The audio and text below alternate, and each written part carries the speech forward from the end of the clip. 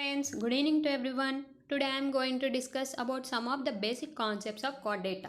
Let us discuss what the concepts might be related to core data. Some of the concepts which I am going to tell today is about origin and ancestry of core data and classification of core data and general characteristics of core data. Let us discuss briefly about these topics today in this session. First, origin and ancestry of core data. You may be having queries in brain that how did the chordates evolve, from whom did they evolve, and what is their ancestor, who might be the ancestor, according to which climatic conditions. These might be all queries in your mind. In order to erase those all queries in your brain, I will explain you now. Most of the scientists were trying to prove that the chordates have been evolved from non-chordates. In order to prove that, they have done several experiments to prove that the chordate has been evolved from non-chordata. Even in these, some of the larvae such as auricularian larva, which is the famous larva, which is a larva of Echinodermata, proves that it has same characteristics what the chordata has. It's nothing but whatever the characteristics of the auricularian larva consist of, the same characteristics are related to chordata. This shows that ancestor of the chordata is nothing but auricularian larva, which is the larva between Echinodermata and Hemichordata. And this auricularian larva shows similar properties, characteristic properties to chordata characteristics. Gastrang suggested that probably free-swimming auricularian larvae of some ancestral echinoderms evolved into chordates.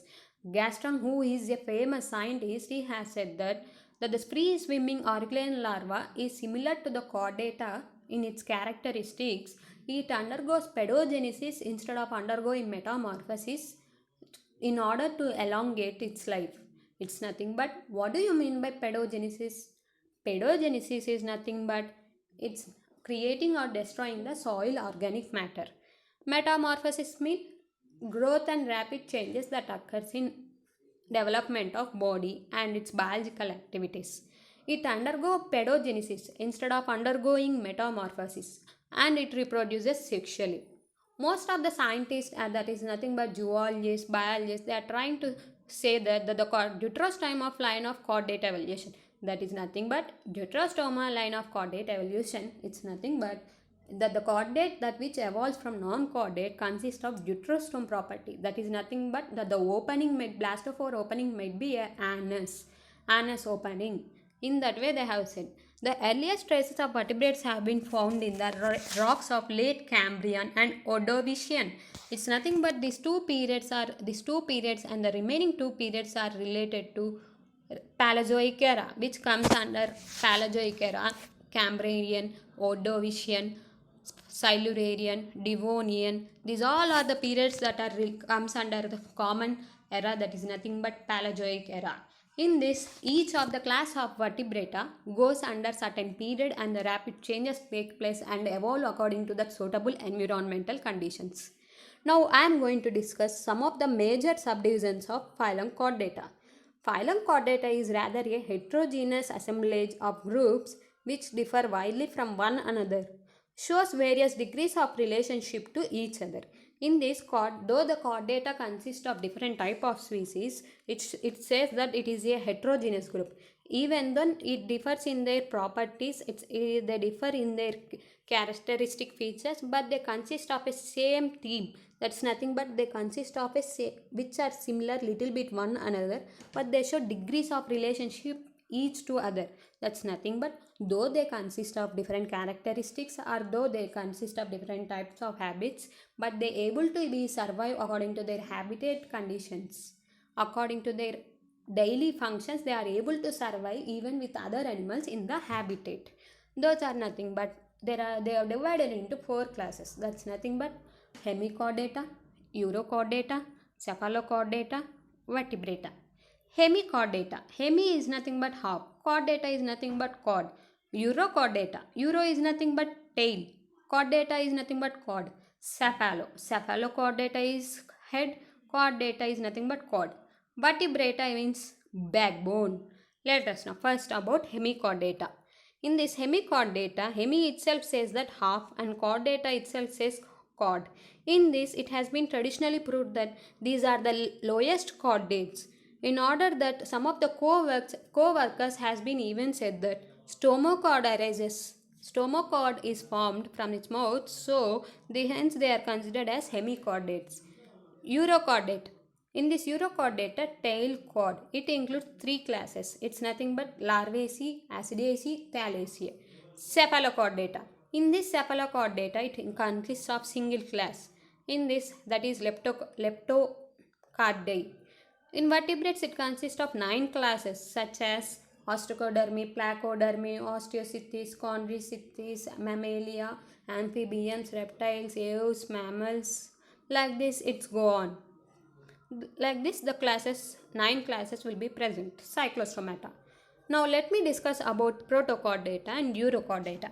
Proto is nothing but first. Euro is nothing but true. These are the true chordates and then these are the first chordates that which have been evolved.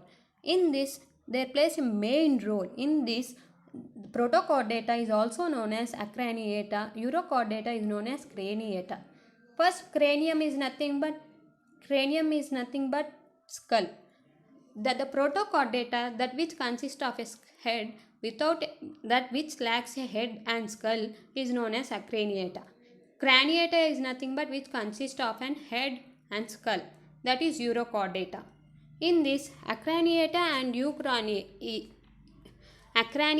craniata, that shows main difference, that the chordate which consists of head and then the head is protected by skull, that is known as craniata. Acraniata is nothing but that which lack of head and it does not consist of skull, that is known as acraniata. Agnatha and Gnathostomata. Agnatha is nothing but jawless chordate. Gnathostomata is nothing but jawful chordates, that are nothing but jaws which are present in the sockets of the mouth, that which consist of are known as Gnathostomata, which does not consist are known as Agnatha. Species and tetrapods. Species is nothing but which are leads to aquatic life, and tetrapods are nothing but which lives commonly on terrestrial, that is nothing but land. Anemia, which does not consist of amniotic fluid, then it is not protected by that fluid. Embryo is surrounded by it and it's not protected by that fluid.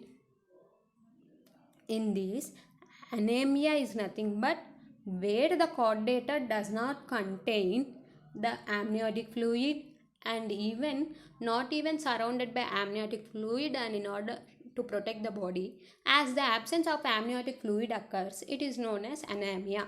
As the presence of amniotic fluid present which is surrounding the embryo in order to protect the baby, that is known as amniota. And now let us discuss some of the general characteristics of chordata. Body is from small to large. From the small it's nothing but it comes from rat to elephant, which we compare in size. That's not the major thing. The animals may be small, it may be vary in size according to environment conditions and evolution. These are bilateral and symmetric. Bilateral. Bilateral is nothing but when a plane is passed through the single face of the organism, it divides into two equal axes, two equal planes. Symmetrical is nothing but the geometrical arrangement of an organism. Exoskeleton is also often known as well developed and in most vertebrates. Exoskeleton is nothing but which helps in maintaining the film of the skeletal parts and even everything. Triploblastic, that it consists of 3 layers. Triploblastic is nothing but it consists of 3 germinal layers such as ectoderm, endoderm, mesoderm. Digestive system is complete and excretory system consists of proto or meso or metanephric kidneys. It might be our first or it might be evolved from that, different from that. Proto and meso differ, and metanephric kidneys. These are one of the type of kidneys that which be evolved in us and even in chordates. Even one more thing, respiratory system is taken through lungs, and in fishes it is taken through the branchial. Like that, it goes on. Now let us discuss the classification of chordata. Let us know clearly about this all. Phylum chordata. Chordata is nothing but it consists protochordata, urochordata. Proto mean first, u mean true. In this, these two one comes under acrania, one comes under craniata. Protochordata, which are the first chordates that have been evolved, its head is not surrounded. Protochordata, it's not protected by skull, then it is known as acrania. And in craniata, it consists of skull, and its skull is protected brain is protected by the skull. This is known as craniata. In this, again the protochordata is the lowest chordate and urochordata is the highest chordate. In this protochordata, again it has been divided into two phylums, such as two subphylums, such as hemichordata, urochordata, cephalochordata. In this craniata, it has been divided into vertebrata. In this hemichordata consists of two classes, enteronista, pterobranchi, and urochordata consists of three classes such as Acidiaceae, Thalaceae, Larvaceae. Again, cephalochordata consists of Leptochordae, which is one of the class, and each of the classes consists of certain orders, families, genus, species. In order to know that, first in enteronista, before entering into that, let me see this vertebrata. In vertebrata, again it is divided based on the jaws. That is nothing but gnatha, agnatha, agnatha and gnathostomata. Those are the divisions. That is nothing but kingdom, phylum, class, order, family, genus, species. That comes from higher to lower hierarchy. When we see in this, the subphylum is divided into two divisions such as agnatha and gnathostomata. In gnathostomata, there are species such as species and tetrapods. That is nothing but species come under Placoderma, Chondrichthyes, Osteichthyes. Placoderma is nothing but feathers, and Chondrichthyes is nothing but Placoderma is nothing but feathers. And next Placoderma. Chondrichthyes is nothing but cartilage. Osteichthyes is nothing but bony fish. And the tetrapod is divided into amphibia, reptiles, eos, mammals, and again it is divided into ostracoderma, cyclostomata, placoderma. This all comes under the types of fishes. So they have come under the superclass species. And amniota, lower vertebrata, and superclass tetrapoda, that comes reptiles, eos, mammals, amniota. These are the briefly classes that which occur mainly. And these are the main ones. In this, according to this evolution and classification of chordata, Enteroneusta which consists of 3 families, 15 genera and 70 species. Once more I am repeating, 3 families, 15 genera and 70 species. Example, Belanoglasses. In Pterobranchia, it consists of 2 orders, 3 genera, 20 species. Cephalodiscus. Example, in subphylum Acidiaceae, which comes under Urochordata, familiarly known as Tunicata. Acidiaceae example is Molgula. And in these 2 subclass, 3 orders, 12 families, 37 genera and 1200 species. That's nothing but in Acidiaceae. Thalaceae, if you observe, in these 3 orders, 9 genera and 30 species. Example, Pyrosoma. Again, in this example, Larvaceae comes that 2 orders, 2 families, 5 genera and 30 species. And next, in Cephalochordata, it consists of 1 class, 1 family, 2 genera and 30 species. Like this, they have been subdivided into many. Like this, it goes on. Once more, I am repeating. Phylum Chordata has been divided into Craniata, Acraniata. Craniata is nothing but Euchordata. Euchordata is nothing but true chordata, that which belongs to higher chordata, whereas compared Acrania, it is a protochordata, lower chordate, and this is divided into 3 subphylums: hemichordata, urochordata, cephalochordata and vertebrata. And vertebrata comes under craniata, which is consists of head and skull. Again, this hemichordata is divided into 2 classes: Enteronista, Pterobranchi. Enteronista consists of 3 families, 15 genera, 70 species.